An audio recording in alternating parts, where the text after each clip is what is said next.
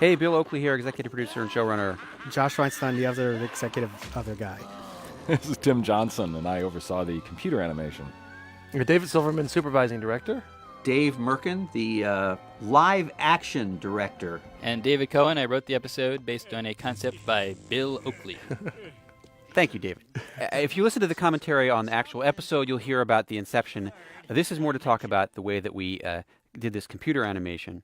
You know, for us at PDI, of the many things that were exciting about it, you learned right away when watching The Simpsons, which was done certainly on a budget, that where the comedy came from was not some kind of luscious amount of tons of keyframed animation. It was all in the timing. Right, right. And we worked closely with you and with Bob, the director of the episode. We got breakdowns and drawings of the way you would have done it in 2D, and we used that as a starting point because it was just so important to us to feel like we took Homer Simpson into the world of 3D. We didn't reinvent the character. Yeah, exactly, because Bob did basically character layouts as if he was doing the same character layouts for the rest of the show. He didn't do it any differently or any less. Right? I still have a drawing in my office at home that you had done, David, that's one of the keyframes of Bart climbing out on the end of the XYZ sign, and it was a drawing, just one of the many animation drawings you provided for us as a guide to how to capture that look. So. I forgot all about that.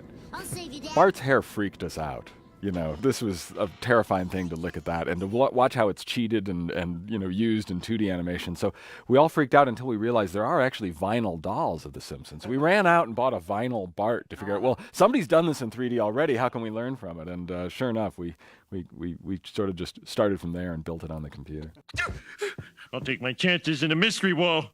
But let's talk a little bit about that shot, with this shot, which I consider the money shot of the thing, or where you see them actually transforming from 2D to 3D. And I remember that was one of the things that I had a very difficult time explaining. And I drew my own rudimentary picture, and I said it's like a shower curtain. And on one side is 2D, on the other side is 3D, and they're walking through. And then I think I finally made you draw it. Well, I know what you're saying, and I thought it was a great idea because I wanted to see that transition because no one had ever really done that, a 2D character going to a 3D character. Part of that was that we wanted that pull, like he's going through, like as you say, like this molasses shower curtain. That slow, like ugh. Yeah, that there's a little resistance. Yeah. Cool, man. Oops. Capturing the kind of facial animation that was on these characters at the time was extremely difficult, and I believe it was Dick Walsh who worked many, many late-night hours to try to get those big, extreme, fun mouth shapes that Homer has, and to get the teeth to work but not intersect the gums like he was some accident victim. And I mean, everything about it was actually difficult. We had nowadays you can do fabric and hair and things. And just doing fabric, and of course we cheated a lot on Homer's pants and things, but getting a knee to bend without it looking like a robotic joint, so that there was some sense of fabric flexing. In '95, that was state of the art. It's like, did anyone see the movie Tron? It's funny, the rule in computer animation is rendering time stays constant. It still takes hours to render a frame, but now a frame is with leaves blowing and hair moving. I mean, a frame of a typical computer animated motion picture now is a pretty elaborate frame, whereas you look at the stark black grid background and Homer's relative simple model. We wanted the grid, though. I remember it wasn't like something that. I think the grid, we actually wanted it to look like Battlezone. That's one of right, those because games. I was a big fan of Battlezone as a kid, and that was those old Right. vector graphics. Right. I'm so bulgy.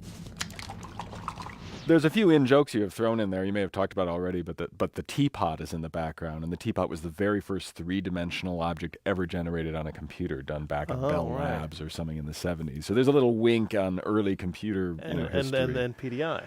Well, there were already in the script several equations with sort of good dorky math humor going on up there, but we actually added one of our own. So at one shot you'll see there's a 734 blinking in back of Homer, and if you go to your phone you'll notice 734 are the numerical equivalent of PDI on a phone keypad. So. The water thing was the thing that really blew us away when we first started. I was like, that's amazing. And again, now when you see it, you're like, why are they lingering on that shot of water for no reason? And the big drool out of his mouth. Ooh, that's cool. Three-dimensional drool, though, that really rocked. Actually, one of the trickiest shots, if you look at Homer falls out of a glaring L.A. haze, and as short as that little clip is as he's falling, it's one of the more challenging parts to light, to make him believably emerge out of atmosphere and not just fade on. Oh my God. Bill and Josh asked me to direct the live action Simpsons footage here. And we had a good time shooting this, except for this crane move coming up. See, when I called Fox and told them we're doing this live action piece, they couldn't have been less supportive. They were really like, oh, this is too expensive. We can't do this.